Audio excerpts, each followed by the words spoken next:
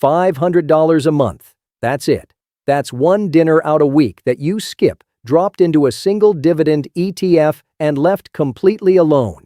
And if that money grows the way SCHD actually grew over the last 10 years, 30 years from now, you are sitting on roughly $1.9 million. Bump it to $1,000 a month, and that number turns into nearly $3.8 million. I ran every version of this. $500 a month, $1,000 a month, over 10, 20, and 30 years. And I pulled every return figure straight off Schwab's own fund page. So those millions are real, at least on paper. But here's the part almost nobody making these videos will tell you. That big number is a balance, and a balance is not a paycheck. That 1.9 million hands you something closer to $5,200 a month in actual income. And that's before the tax man takes his cut. And there is one specific way of running this exact plan that quietly backfires, where you do everything right for years and still end up behind. I'll show you which one before the end. So don't skip out early, because that's the part that actually matters. Let me tell you exactly what we're testing here, because the setup is where most of these videos start lying to you. We're taking SCHD. That's the Schwab U.S. Dividend Equity ETF, and we're putting money in every single month, automatically, dividends reinvested, no timing, no picking tops or bottoms, just relentless, boring buying. The fund launched back in October of 2011, so it's got a real 14-year track record, not some theoretical model. As of right now, its net asset value sits at about $33.41 a share. It holds 103 companies, and it charges you a rock-bottom expense ratio of 0.06%, which is $6 a year on every $10,000 invested. That part is genuinely excellent, and I'm not going to pretend otherwise. Now, for the growth rate, I'm using SCHD's actual 10-year annualized total return, which Schwab reports at 12.37%. That figure already includes reinvested dividends. It's the total return, price plus payouts, compounding together. I want to be straight with you about one thing up front. When you invest a little every month, your real result depends on the exact path the fund takes, the good years and the bad years in sequence, not just the average. So treat these numbers as what you'd get if the next stretch compounds at SCHD's historical pace. It's a projection, not a promise. And by the end, I'm going to show you a second, cooler pace that lives in the very same data and what it does to every one of these numbers. Hold that thought. Before we watch the money grow, let's be honest about what you're actually buying, because Dividend ETF tells you nothing. SCHD is not a tech fund.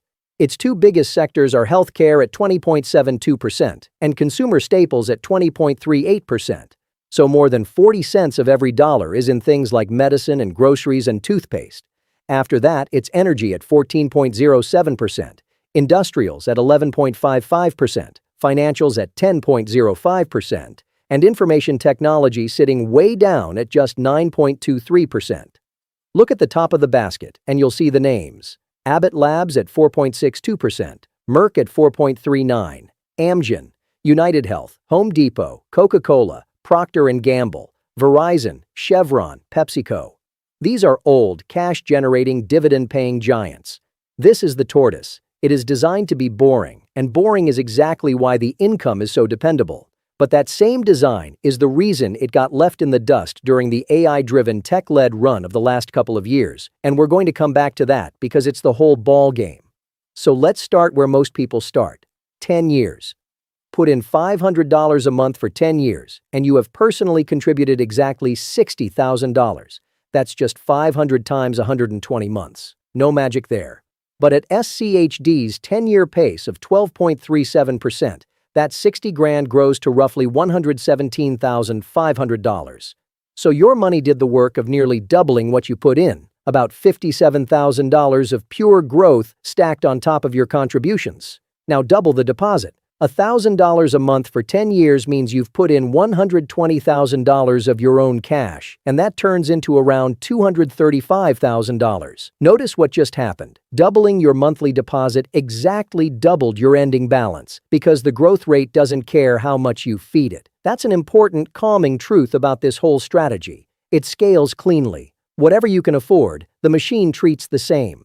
But here's the catch, and it's the one I promised you in the first 30 seconds. That $117,500 looks like a lot of money, and it is. But you can't spend a balance. What you can spend is the income it throws off. SCHD's trailing distribution yield right now is 3.3%. So that 10-year, $500 a month pile of about $117,000 pays you around $320 a month. $320. Real money, absolutely, and it's money you didn't work for.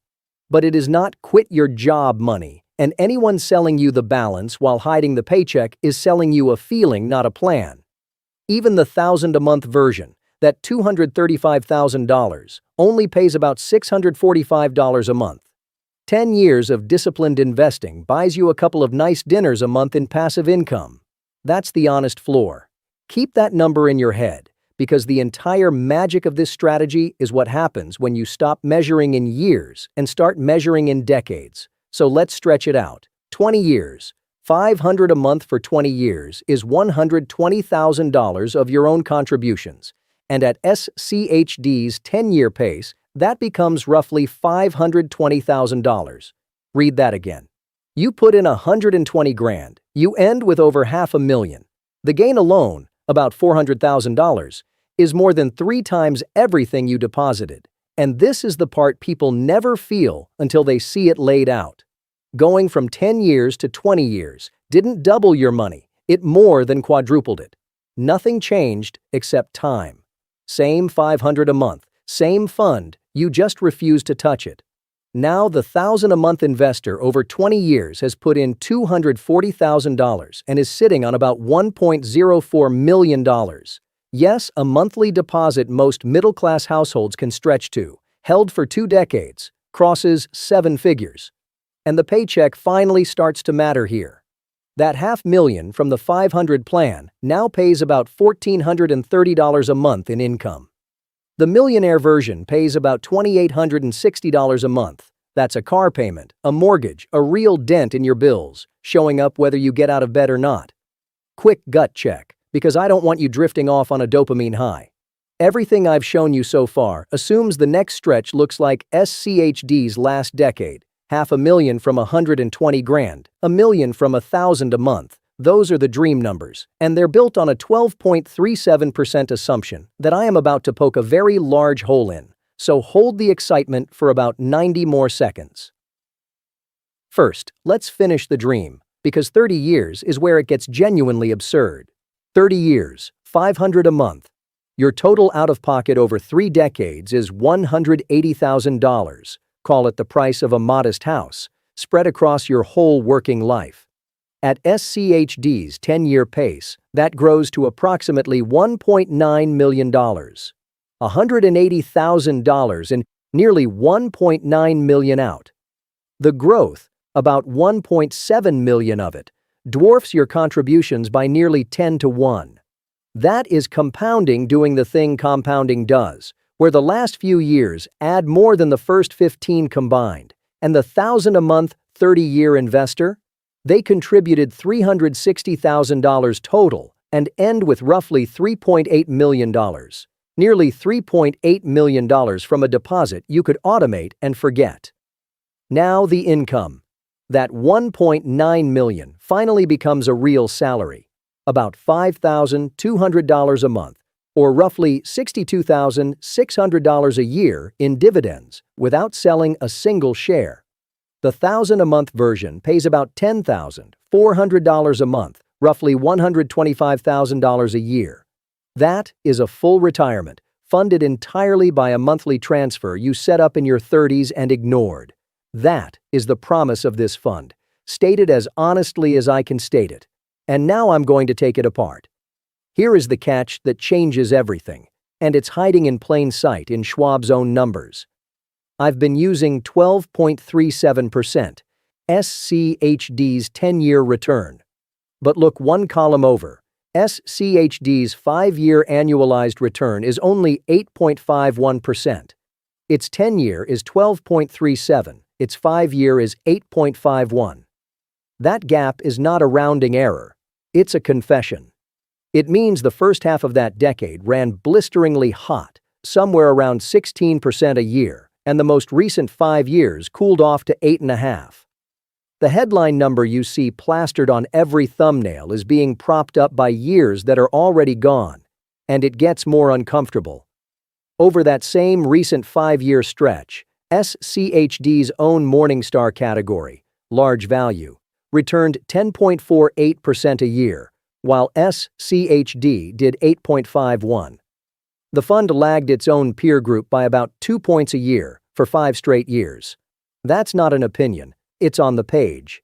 SCHD spent the AI boom underweight tech, sitting in energy and staples and healthcare, and it got passed. So let's redo the dream at the honest pace. If instead of 12.37% the next stretch runs at that recent 8.51%, here's what happens to those beautiful numbers. $500 a month over 10 years drops from about $117,500 to about $94,000. Over 20 years it falls from about $520,000 all the way down to roughly $314,000. And the big one, 30 years, collapses from nearly $1.9 million to about $827,000. Let that land. Same fund, same $500 a month, same 3 decades of discipline. The only thing that changed was the assumption, and the assumption erased over $1 million. The $1,000 a month 30-year investor sees their $3.8 million dream shrink to about $1.65 million. This is the single most important thing in this entire video. Your monthly deposit matters far less than the rate of return you actually get, and the rate of return is the one thing you do not control. Anyone who shows you the 12.37% number without showing you the 8.51 is not lying with a false number. They're lying by leaving the second number out. Now you have both. And I haven't even taken taxes yet. Everything above assumes this money is growing in a Roth or some other sheltered account.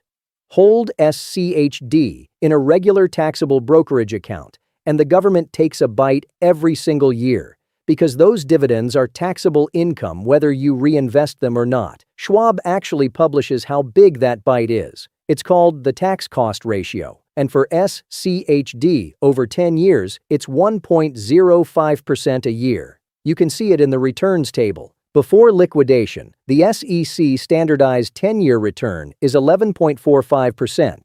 After the taxes a typical investor pays on distributions, it drops to 10.03%. Roughly 1.5 points of your return, gone to taxes, every year, forever, in the wrong account. That doesn't sound like much until you remember what a single extra percentage point did to those 30-year numbers. Which brings me to the one version of this plan that genuinely backfires, the one I promised you at the start. Here's the setup that quietly goes wrong. You're a high earner in your peak working years. You hear dividends are passive income. You get excited, and you pile $500, $1,000 a month into SCHD inside a taxable account while you're still working.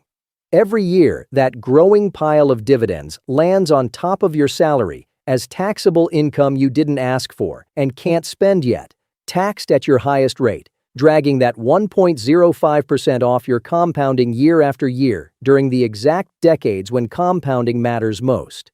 You've taken a fund built for steady income and bolted it onto the one situation, high income, long time horizon, taxable account, where its single biggest weakness does the most damage. The cruel irony is that the people most excited about dividend income are often the ones who should be reinvesting in a sheltered account or leaning growthier while they're still earning and switching to income later. SCHD didn't fail them. The wrapper did. So before you automate $1 of this, the account you hold it in matters as much as the fund you pick. Put it in a Roth or an IRA if you possibly can, especially while you're still collecting a paycheck.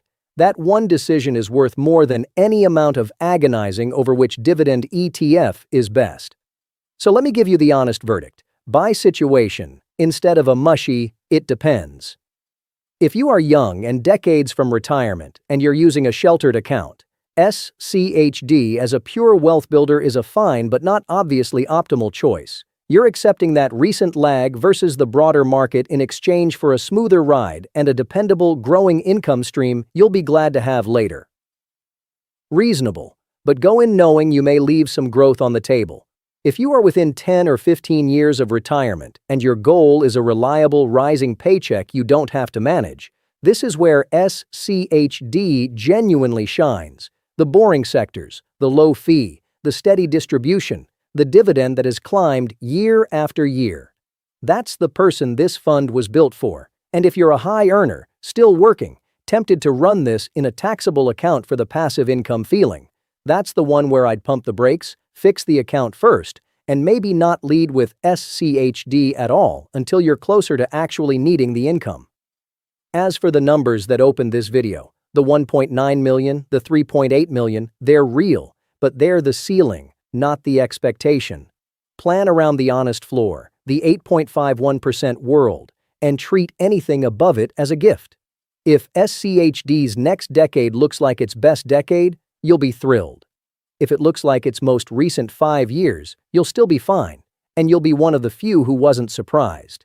If this is the kind of breakdown you want more of, the real number and the number they hide side by side, the most useful thing you can do is tell me in the comments which fund you want me to run through this same ringer next, and whether you'd actually hold SCHD in a taxable account or not. I read them. And if you made it this far, you already know this channel is about the numbers and nothing but the numbers, so a like genuinely helps these get in front of people who are tired of the hype, and subscribing means you'll catch the next one. One last thing, and I say it every time because it's true, I am not your financial advisor. None of this is personalized advice. Every figure here comes from Schwab's own fund page as of late July 2026, and the projections are exactly that, projections. Do your own homework before you move real money. That's the whole job.